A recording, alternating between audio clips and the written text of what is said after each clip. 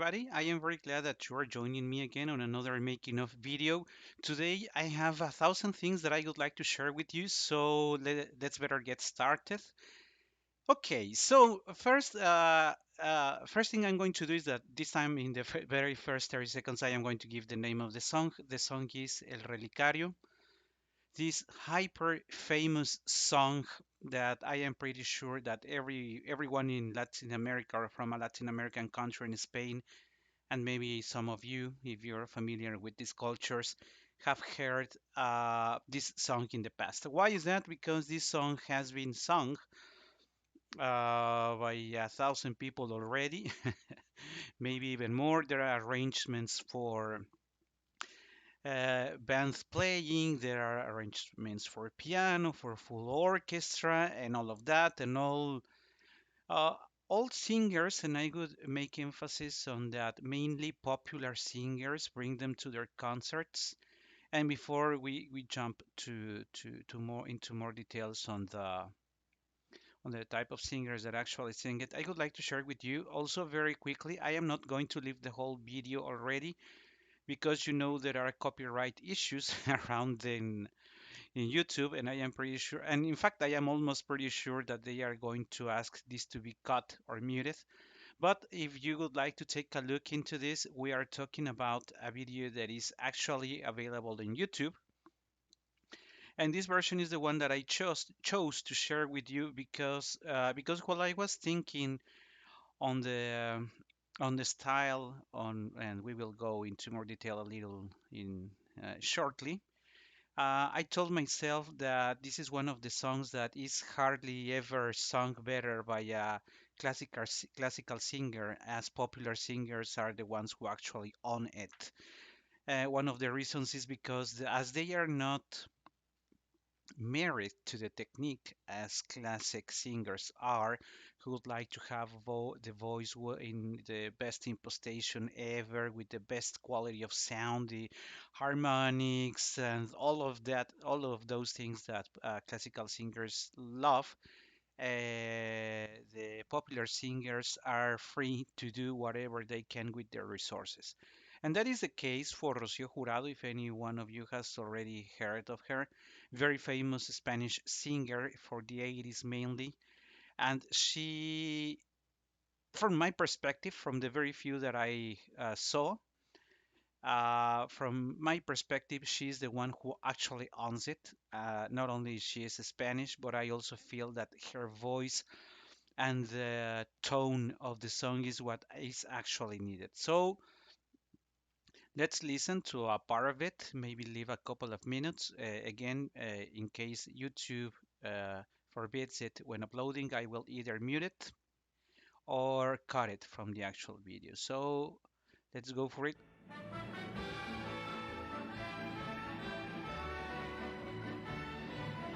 Very, very lively music, as you can hear.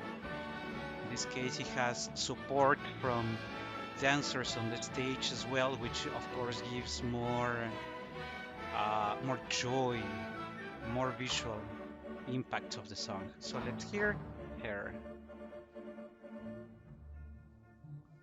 Un día de San Eugenio, yendo hacia el Pardo, le conocí. Era el torero de más tronío y más castizo de todo Madrid. Iba en caleta pidiendo guerra y yo al mirarle me estremecí. Él al notarlo bajó del coche y muy garboso vino hacia mí, tiró la capa con gesto altivo y descubriéndose me dijo así: Isa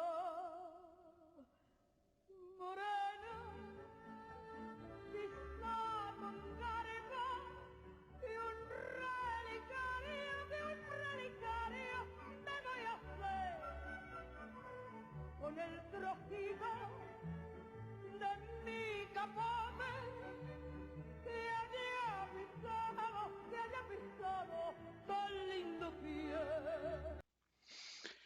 Okay, so as I was just sharing with you, popular singers are the ones who really own this song, the liberty of whatever, of everything they can do with their own resources without being tied to the imposition of voice that classical singers have, is what makes them really own this song. And now it's time for me to share with you how is it that I learned about this song. I must have heard it some 20 something years ago. And theater, let's say, yeah. If I remember well, it was the Centro Libanese because it was in the south of the city, and I lived outside the city in the suburbs, north suburbs. And I recall me taking around 2 hours, 2 hours and a half to get there. And Yvonne Lefink, a Mexican singer, a Mexican soprano, I recall her singing that one on stage, and I remember or I recall being very impressed not only by her presence on stage and her the quality, the characteristics of her voice, but because of the of the understanding and how she transmitted the tone of the song to the audience, to the ones who were there. And as I was telling you, and as you may have realized when you heard the postcard, the the music is seems to be very lively, and it is now time to say that El Relicario tells the story of a woman who falls in love for a torero, the most famous and manly guy in the city those days. The famous torero is the one that she falls in love with. So she tells the story on how she actually met him, sorry, how when they crossed their roads on their cars he got off and approached to her and asked her to step uh, on the cloth of what we call in Spanish of his capote, so that he would make a reliquary out of it. And that's the famous expression of Pisa, pisa morena, pisa con garbo que un relicario me voy a hacer.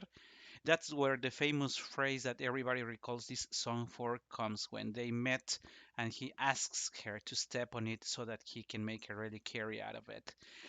That phrase is very lovely to sing, very lovely to hear, but the whole tone is around the what we call it the Fiesta Brava, and that's one of the reasons this is part of the of this celebration of Mexico. Mexico being conquered by the Spaniards, the culture of the Fiesta Brava and the toros had a very important moment in Mexico from the 18th century and around the end of the 20th century. Many people attended the Fiesta Brava, the corridas, and the most important cities in Mexico, they have their bullfighting arena, and we still have some famous toreros in Mexico as well.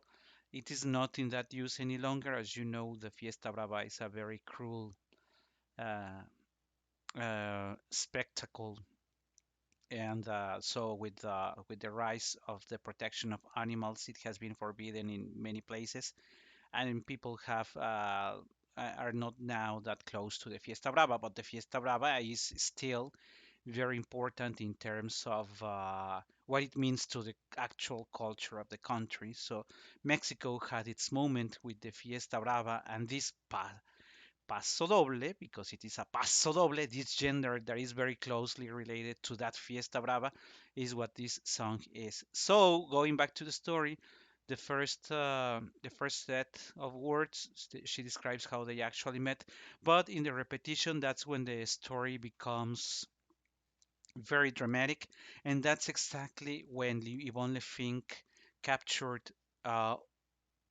struck me with her emotions because on the second part she tells on how she went later on she went to see him, but things go horribly wrong.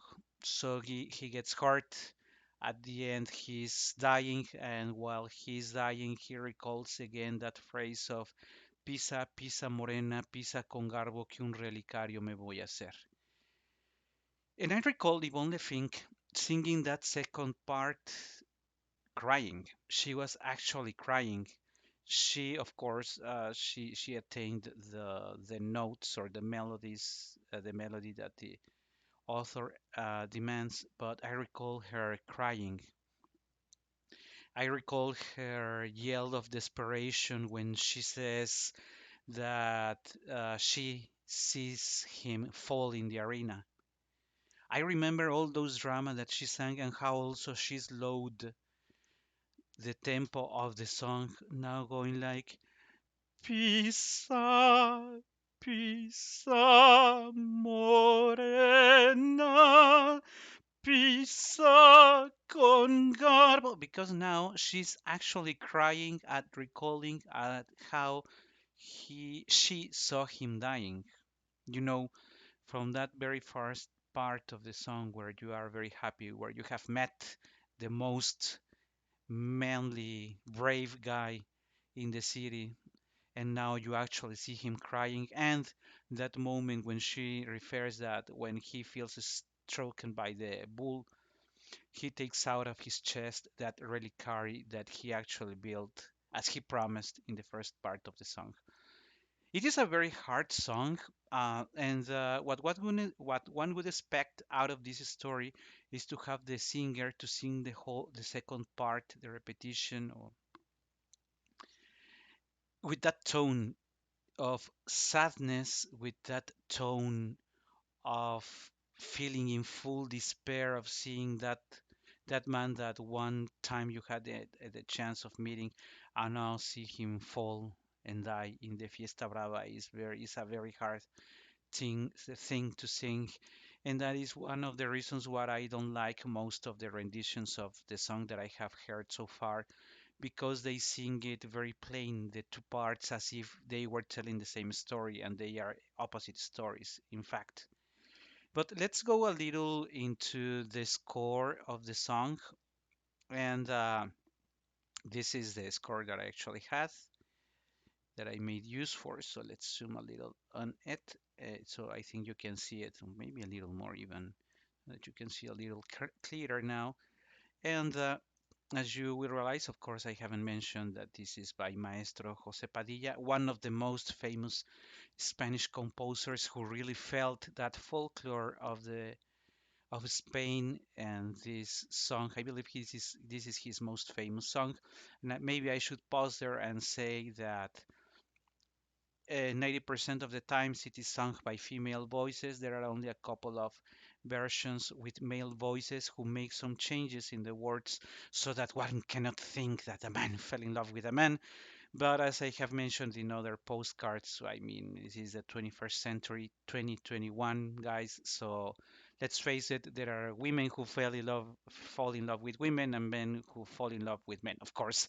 Um, the story would be a little funny if you think that a man would step on his capote. So that would be very funny to do. But I think that the overall story of a man falling in love with a man is actually one thing that may act.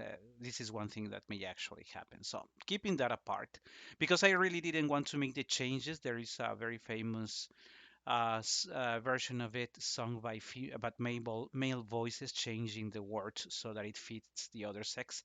I didn't do any of those changes. I think again we are old enough and mature to understand that nothing happens if you keep that.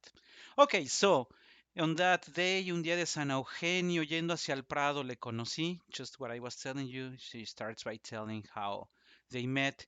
Era el torero de Mastronío y el más castizo de todo Madrid. And I have to tell you something. Given the paso doble, not only the melody and the rhythm of a paso doble, but also this feeling of the Fiesta Brava. That's how I chose to go for rhythm like Era un día de San Eugenio, yendo hacia el Prado le conocí. Here you emphasize, era el torero de Mastronillo y el más castizo de todo Madrid. You see, you actually support with your voice that you are referring to the most famous torero of Spain, at least of Madrid, that is the actual city that is recalled here. You cannot go like, era el torero de Mastronillo y el más castizo de todo Madrid. Even if it is easier to sing, I think that one has to allow, even if a classical singer has to allow his voice to a little, hmm, I go sing more in the raw voice of a popular singer, so and also give this effect of era el torero de Mastronillo y el más castizo de todo Madrid, because the whole song has this way of taking you with the melody. Iba en Calesa pidiendo guerra y yo al mirarle me estremecí. When you say me estremecí, then you go to the first change in the mood of the song, because now you are going to talk about, and this is very rhythmical and nice melody. Y él al notarlo bajó del coche y muy garboso se vino a mí. Tiró la Even though it is not mentioned here, this first phrase de y él al notarlo bajó del coche y muy garboso se vino a mí, she describes with this full impression of this very manly guy approaching her. And now, even if it's not on the score, I did that when actually singing it, and I hope you agree. You have, as it says, tiró la capa con gesto altivo. So he took his cape, he threw it to the floor, and asked me to step on it. And you have to say it with more passion. You are in the Fiesta Brava. You have to say, tiró la capa con gesto altivo y descubriéndose me dijo así. There, and here it is, the first phrase that everybody knows. Pisa morena, pisa con garbo. And I have to make a note here. How should one sing this pisa morena, pisa con garbo? Because you are actually quoting what he said. And my thoughts are that since he's a very manly, brave, strong man, one has to sing it like that. One cannot sing it like a full lyrical tenor in love guy. It is not La Boheme, so you can say, Pisa morena, pisa. You have to give that tone to your voice, even also not that rhythmical, not that lyric line, and you have to say, Pisa morena, pisa con garbo, que un relicario. Because you know who you actually are. You are that very famous torero, and you have to speak it like that. You, beautiful brown girl, step there on my cape so that I can make a reliquary out of it.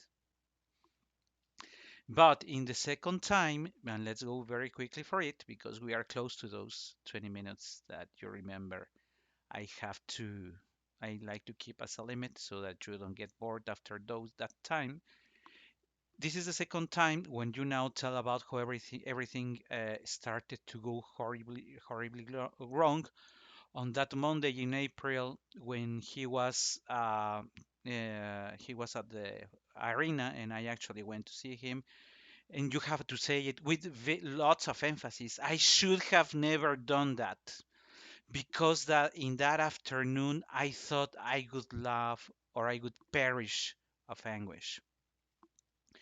Nunca lo hiciera que aquella tarde de sentimiento creí morir. And then that's where she describes the phrase that when he was about to attack the bull, he fell and he felt he had been hurt.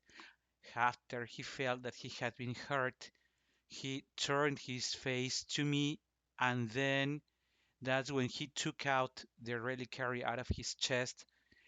And I mean the singer, sees the reliquary and recalls that time when they actually they met each other.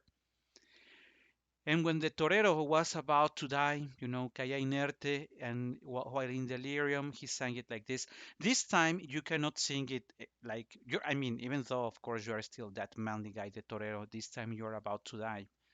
You don't have all your energy. You don't have all your power in you. You are about to die.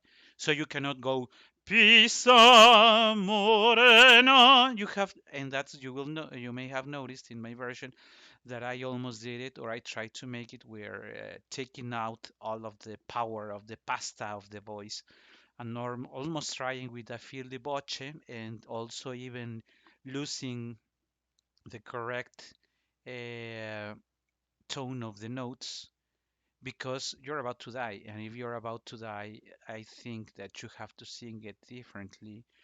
Pisa con garbo che un relicario me voy a hacer con el trocito de mi capote que haya pisado tan lindo pie. And even though this is a very sad way of closing up the song because you actually saw him die, the music closes or wraps up just as it did in the first part. My thoughts are that even though, yes, she died, but the spectacle has to go on. Unfortunately, the most famous torero died, but the Fiesta Brava needs to move on. I hope you enjoyed this song as much as I enjoyed working on it, and I hope to see you some other time soon.